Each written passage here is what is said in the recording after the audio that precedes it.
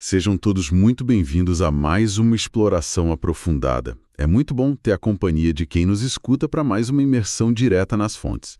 E eu confesso que estou bem animado hoje. É um tema que rende bastante. Rende mesmo. Hoje, o material que a gente tem em mãos foca numa das engrenagens mais complexas e até cruéis do direito civil. Com certeza. Nós vamos investigar a fundo o famoso nexo de causalidade. A nossa missão nesse encontro é desmistificar o que o próprio texto, no caso o arquivo PDF chamado capítulo 07, nexo, causalidade, chama do elemento mais melindroso da responsabilidade civil. E melindroso é a palavra perfeita para isso. Exato. Basicamente, a gente vai analisar a engenharia por trás de como a lei consegue conectar uma ação a um dano. É tipo tentar construir uma ponte invisível entre o que alguém faz e o prejuízo que outra pessoa sofre. Sabe, para colocar a importância desse tema em perspectiva logo de cara, acho legal a gente propor um cenário prático para quem acompanha a gente. Manda bola. Pensem numa situação onde alguém comete um erro gravíssimo, uma falha terrível e inquestionável. E, ao mesmo tempo, uma outra pessoa sofre um dano real, um dano palpável. Tá. Só que, no final de todo o processo judicial, o autor dessa falha não tem a obrigação de pagar um único centavo de indenização. Nossa, pra quem tá de fora isso parece até uma falha na matriz do sistema de justiça, né? Parece muito, mas não é. Quem acompanha o mundo jurídico ou até o noticiário policial sabe bem que isso é a aplicação estrita da regra do jogo. Porque provar que houve um erro, a chamada culpa, e provar que houve um dano, o prejuízo em si, isso resolve só metade do problema. Exatamente. Onde a esmagadora maioria das grandes ações de indenização realmente desmorona é justamente na tentativa de estabelecer essa ponte. O tal do nexo. Isso. Se não houver a prova de que foi exatamente aquele erro que causou aquele dano específico, a pessoa sai ilesa financeiramente, por mais absurda que tenha sido a conduta dela. Bom, vamos destrinchar isso então.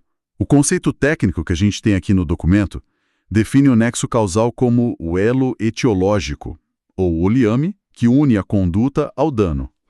E essa conduta pode ser tanto positiva, tipo uma ação direta, bater no carro de alguém, quanto negativa, uma omissão onde existia o dever de agir. Na prática, a gente está falando da necessidade de traçar uma linha ininterrupta do ponto A ao ponto B. Que muitas vezes não é uma linha reta, né? Quase nunca é. A grande questão filosófica e prática também, que sempre assombrou os tribunais, é justamente como definir o que é causa. Porque a vida real é uma teia complexa de eventos que se sobrepõem. Sem dúvida. Se a gente for olhar para a evolução histórica desse conceito, o texto traz que o ponto de partida clássico é a teoria da equivalência das condições, a famosa conditio sine qua non. Essa teoria é fascinante porque ela lança as bases do debate. E a premissa dela é bastante radical. Radical como? Ela sustenta que todos, absolutamente todos os fatores que de alguma forma concorreram para o resultado, são considerados causas. Não tem uma hierarquia. Ah, entendi. Não tem distinção de peso entre eles. Se uma condição estava presente na cadeia de eventos e sem ela o resultado não teria acontecido da forma como aconteceu, pronto, ela é alçada à categoria de causa. Para visualizar isso de forma bem prática, o material traz um exemplo excelente. Vamos pensar no cenário de um sujeito que bebe demais, perde o controle, pega uma garrafa de vidro pesada e arremessa na direção de alguém. E isso causa a morte dessa pessoa. Aplicando essa equivalência das condições, o teste mental que se faz é o da eliminação hipotética. O famoso se. Exato, o se. Se a gente eliminar o arremesso da garrafa da equação, a morte não ocorreria naquele momento e daquela forma. Logo, o arremesso é inquestionavelmente a causa. Certo. E nesse microcosmo, nesse evento imediato, a teoria funciona perfeitamente bem. Funciona mesmo. Mas é imperativo a gente analisar as consequências de aplicar essa teoria de forma pura e restrita no mundo real. A grande crítica a esse modelo e o motivo pelo qual ele se tornou insustentável isoladamente é o fenômeno do regresso ad infinitum. A busca infinita pela causa, né? Exatamente. Se a regra é qualquer coisa sem a qual o resultado não ocorreria é causa, a investigação não tem um ponto de parada lógico. Usando esse mesmo caso do homicídio com a garrafa, a gente poderia recuar na linha do tempo e culpar o fabricante da garrafa de vidro. Nossa! É verdade, porque sem a garrafa aquele golpe não existiria. Exato. E a espiral não para por aí. Poderíamos culpar a empresa que engarrafou a bebida, em um caso de tiro, o fabricante da arma de fogo, a mineradora que extraiu o metal da arma. Ou, no limite do absurdo lógico, os pais do agressor por terem dado a luz a ele. Exatamente. Fica evidente que adotar a equivalência das condições como critério único cria um caos absoluto de responsabilização em cadeia. O direito perderia totalmente a sua função de pacificação social. Viraria uma caça às bruxas interminável por responsáveis indiretos, né? Perfeito. É por isso que o desenvolvimento jurídico precisou de ferramentas mais refinadas. Precisava criar um filtro de racionalidade. E nesse processo de evolução, o texto nos mostra que surgiram outras duas grandes abordagens teóricas. A primeira tentativa de refinar o sistema foi a teoria da causalidade adequada. Isso. Nela, o direito dá um passo além da mera física dos acontecimentos. Não basta que a condição estivesse presente na cadeia. A causa passa a ser definida como aquele antecedente que, de forma abstrata e genérica, é efetivamente idôneo para produzir aquele dano específico. Ou seja, a análise passa a depender de um juízo de probabilidade baseado na experiência de vida coletiva. Como assim? Bom, o tiro de uma arma é adequado para matar no curso normal das coisas. A fabricação da arma, por outro lado, embora seja uma condição física pré-existente, ela não é a causa adequada e imediata de um homicídio na dinâmica normal da sociedade. Ah, claro. O fabricante faz a arma para a defesa ou esporte, não necessariamente para o crime. Exato. É um filtro interessante, mas a gente sabe que ele também tem suas zonas cinzentas sobre o que define essa adequação. Quem diz o que é adequado ou não? Fica meio subjetivo para o juiz decidir, né? E é por isso que o material foca de maneira tão incisiva na terceira via, a teoria da causalidade direta ou imediata, que também é conhecida como teoria da necessariedade. E essa impõe um rigor analítico muito maior. O filtro aqui exige que a causa seja estritamente aquele antecedente que, ligado por um vínculo de necessariedade absoluta, determina o dano como uma consequência direta e imediata. Tem que desembocar direto no dano. Sem interrupção de intermediários autônomos. É a busca pelo elo mais próximo e determinante. E para quem analisa o cenário jurídico do Brasil, é fundamental compreender que foi exatamente essa via adotada pelo nosso sistema civil. Então, o que tudo isso significa na prática jurídica do Brasil? O texto diz que a adoção pelo direito brasileiro não é só uma preferência dos acadêmicos, está cristalizada na letra da lei. Eu faço questão de ler o artigo 403 do Código Civil de 2002 para dar concretude para a gente. Por favor. A redação é bem categórica. Ela diz que, abre aspas, ainda que a inexecução resulte de dolo do devedor, as perdas e danos só incluem os prejuízos efetivos e os lucros cessantes por efeito dela direto e imediato. A menção ao dolo é o ponto alto desse artigo. O cara pode ter agido com a intenção deliberada de prejudicar, com dolo manifesto. Contudo, a indenização financeira permanece trancada dentro de limites bem estritos. Ele só responde pelos efeitos que decorrem direta e imediatamente da sua conduta. A implicação sistêmica desse artigo 403 é monumental. O legislador usou a causalidade direta como um mecanismo de blindagem do sistema econômico. Para evitar falências em cascata. Exatamente. Ao restringir a reparação ao efeito direto, evita-se a ruína financeira em cadeia. Obriga o magistrado a olhar para a consequência mais próxima e intrínseca à ação. Se não tivesse essa trava de segurança, litígios no Brasil poderiam paralisar setores inteiros. Imagina as pessoas buscando reparações por prejuízos que estão a 5, 10 graus de separação do fato original. É uma regra de contenção de danos em macroescala. Sem dúvida. Mas descendo novamente para a dinâmica individual, tem um cenário que eu achei instigante no texto. E quando a própria vítima ajuda a criar a bagunça. Ah, esse ponto é ótimo. Porque até aqui a gente discutiu a relação partindo da premissa de um autor ativo e uma vítima totalmente passiva.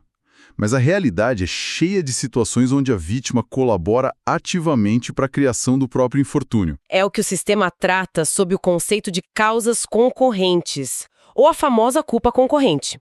A culpa concorrente é o reconhecimento jurídico de que a responsabilidade não é um bloco indivisível. Certo. Ela ocorre quando a atitude da vítima se soma à conduta do autor, e as duas convergem de forma decisiva para que o evento danoso aconteça. A vítima deixa de ser um mero espectador e se torna coautora, em alguma medida, daquele prejuízo. O Código Civil resolve isso através do artigo 945, criando uma regra de proporcionalidade. A indenização tem que ser reduzida na exata proporção da gravidade da culpa da vítima em confronto com a do autor. É a matemática da justiça. Exato, pesa a imprudência de um contra a negligência do outro e a conta financeira fracionada. É muito lógico. Impede que a vítima que também errou acabe enriquecendo sem causa. E é super justo. Mas o que é fascinante aqui, o verdadeiro plot twist do material, é observar uma exceção de ouro. Tem uma área onde o direito adapta suas premissas teóricas para proteger vulnerabilidades estruturais. O direito do consumidor, né? Isso mesmo.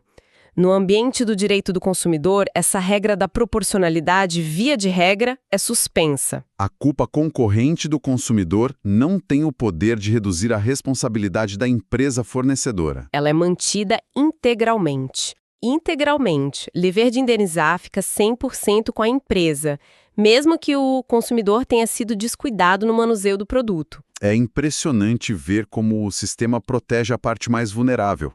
Essa assimetria proposital é uma ferramenta de nivelamento de poder. O sistema impõe essa barreira porque o fornecedor detém o monopólio da informação, da tecnologia, ele coloca o risco no mercado para obter lucro. Perfeito. Então, um deslize de desatenção do consumidor comum não pode servir de escudo para a corporação se esquivar de um produto que já tinha um defeito. A única saída jurídica para a empresa salvar a pele nesse contexto é comprovar a culpa exclusiva da vítima. Tem que ser exclusiva. Exclusiva.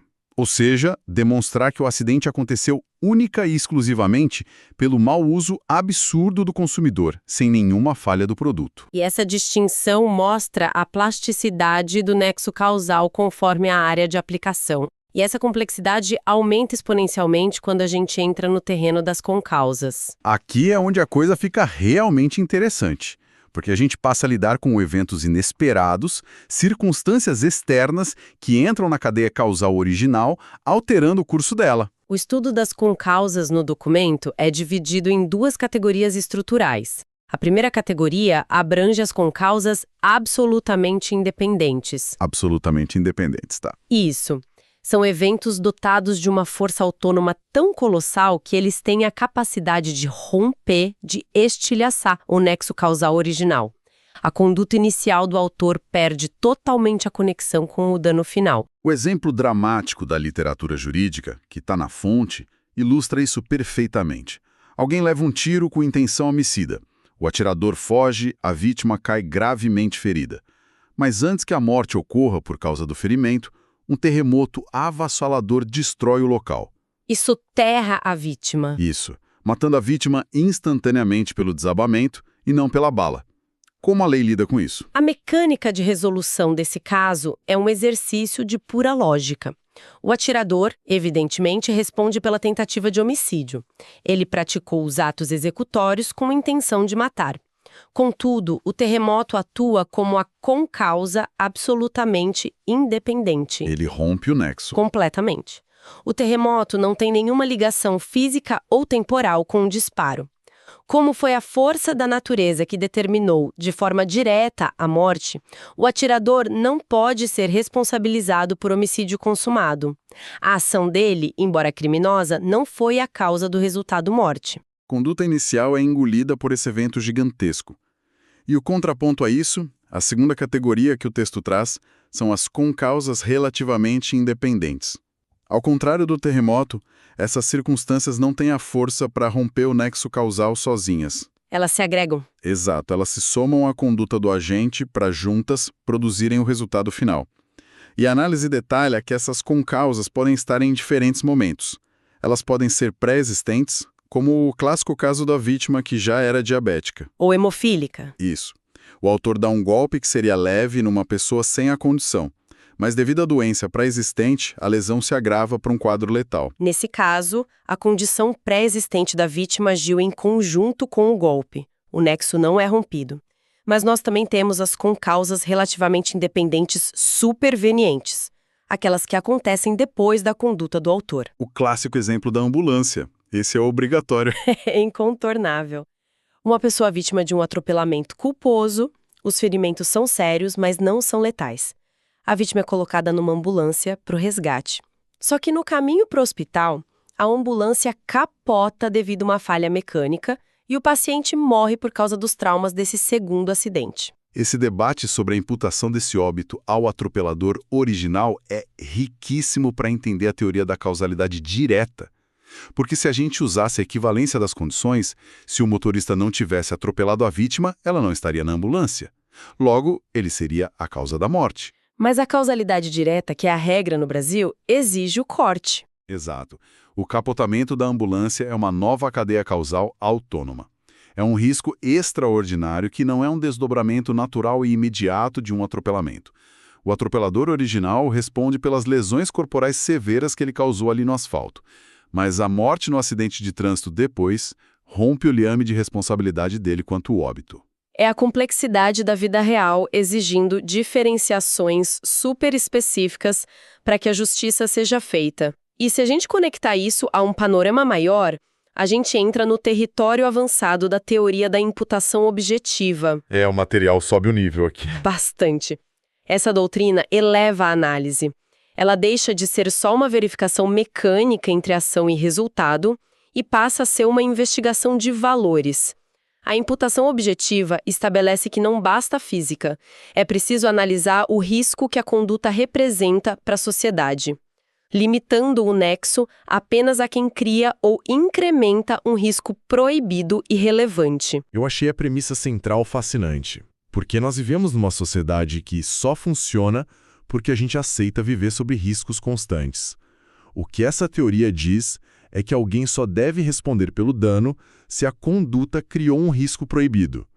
Dirigir um carro, por exemplo, é inerentemente perigoso. É uma tonelada de metal em alta velocidade, mas é um risco permitido. A sociedade regula isso para viabilizar o transporte. Exato. Se o motorista está dirigindo certinho dentro da velocidade, respeitando tudo, e um pedestre inadvertidamente se lança na frente do carro de forma imprevisível, houve um atropelamento fatal. A física nos diz que o carro causou um impacto. Fisicamente, ele é a causa. Porém, sob a lente da imputação objetiva, o resultado não é imputável a ele. O motorista estava dentro da esfera do risco permitido. Ele não criou um risco proibido. Logo, a norma não pode puni-lo, senão a gente estaria criminalizando o funcionamento normal da vida em sociedade. É o escudo da razão. Mas dentro desse mesmo estudo avançado, o texto apresenta um conceito gringo peculiar que caminha na direção oposta, trazendo uma responsabilidade extrema para quem decide cruzar a linha do ilícito, a chamada regra do crânio fino, The Thin Skull Rule. A regra do crânio fino é impressionante. Ela atua no extremo oposto do risco permitido. Imagine que uma pessoa, numa briga de trânsito, decida dar um leve tapa na cabeça de outra. Um golpe que normalmente não faria quase nada. Um hematoma no máximo. Só que, por uma fatalidade, aquela vítima tem uma anomalia rara. Uma espessura craniana anormalmente fina, invisível a olho nu. Devido a essa fragilidade óssea pré-existente e incomum, aquele leve tapa provoca uma fratura craniana, hemorragia e a morte. Sob a doutrina do crânio fino, o autor do tapa responde integralmente pelo resultado mais severo, o homicídio. O argumento de que era só um esbarrão ou que ninguém morre por um peteleco perde qualquer validade jurídica. A regra é implacável. O texto original em inglês fala "Take your victim as you find them". Você tem que assumir a sua vítima exatamente no estado em que a encontra. A partir do momento que o cara decide agredir fisicamente o outro, ele perde o direito de reclamar da fragilidade alheia. É a tradução da assunção total do risco ilícito. O sistema diz que a imprevisibilidade sobre a saúde da vítima não salva quem pratica um ato proibido. Ao romper a barreira do direito alheio, o agressor se apropria de toda a vulnerabilidade daquela pessoa. É um freio moral gigantesco. mostra como o direito nos obriga a assumir o risco de interagir com o desconhecido no outro. Se você decidir bater, prepare-se para arcar com estilhaço, por maior que ele seja. E essa dualidade entre o risco permitido e a regra do crânio fino é o que torna um nexo causal tão vital para o equilíbrio social. Bom, para não deixarmos nenhum fio solto hoje, vamos a um resumo dinâmico.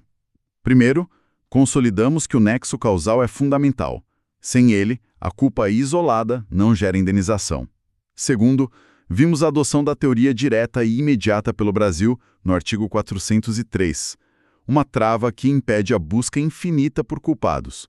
E terceiro, exploramos as concausas e excludentes poderosas que podem quebrar esse elo ou amplificar a responsabilidade ao máximo, como na regra do crânio fino. E, trazendo isso para a vida de quem acompanha a discussão, entender um nexo de causalidade não é um luxo de advogados, é um exercício vital de pensamento crítico, ensina a separar meras coincidências ou fatalidades das verdadeiras responsabilidades. Numa era de sobrecarga de informações e acusações rápidas na internet, ter essa habilidade de não pular para conclusões sumárias é essencial. Verdade. E para encerrar, eu deixo uma provocação final inspirada nessa mesma regra do crânio fino. Se no mundo físico quem agride assume as vulnerabilidades invisíveis do corpo da vítima, como ossos frágeis, como esse princípio filosófico se aplicaria no mundo digital de hoje? Imagine um comentário irônico numa rede social, um leve tapa digital. E se isso atingir um usuário com crânio fino psicológico, alguém com a saúde mental fragilizada naquele momento, causando um colapso completo? Até que ponto o autor de um clique deve responder pelo estilhaço mental imprevisível causado em quem está do outro lado da tela? É uma provocação sobre causa e efeito no século XXI para quem escuta refletir até o nosso próximo encontro.